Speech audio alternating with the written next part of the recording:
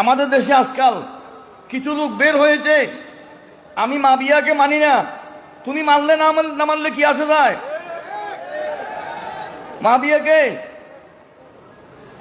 মাবিয়ার থেকে ইমাম হাসানে মুজতবা রাদিয়াল্লাহু আনহু হাদিয়া গ্রহণ করেছেন।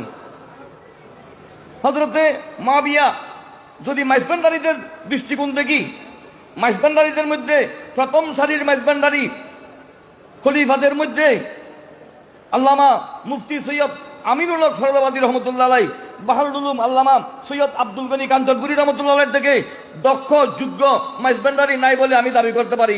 আপনারা একমত আছেন? কি বলেন? আল্লামা আমিনুল হক ফরদাবাদী, আল্লামা আব্দুল গনি কাঞ্চনপুরী, যাকে ওই যুগে বাহরুল উলুম বলা হতো, এলমের সমুদ্র, এই দুইজনকে যদি আলোচনা করে দেখা যায়, এই দুইজনের কিতাব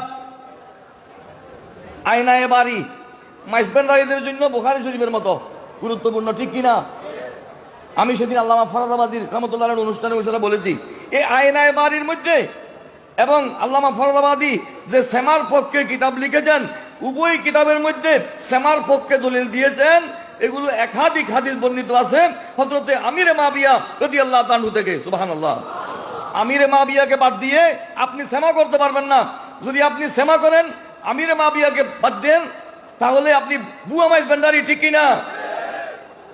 ফরদাবাদী কাবিল মাইজবান্ডারী আছে না, মাতন না অনত ফরদাবাদীর বিনাদ তখন না, ফরদাবাদী থেকে কাঞ্চনপুরী থেকে আজ যেখানে সেমার পক্ষে দলিল দেবে, আমিরে মাবিয়ার হাদিস আনা ছাড়া কোনো উপায় নাই।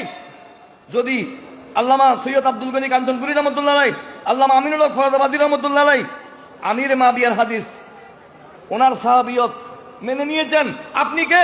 বুয়া মাইজবান্ডারী। আপনাদের কারণে যেন মাইজবান্ডারী অঙ্গন কলুষিত না হয়, বিতর্কিত না হয়, এই বিষয়ে সর্বোচ্চ সতর্ক থাকার পরামর্শ দিচ্ছি। আপনারা একমত আছেন? এগুলোর চেয়ে বড় মাইজবান্ডারী নাই। গৌসুল আজম মাইজবান্ডারীর খলিফারা, এগুলো চিনেননি? নিশ্চয় চিনতেন, ঠিক কিনা?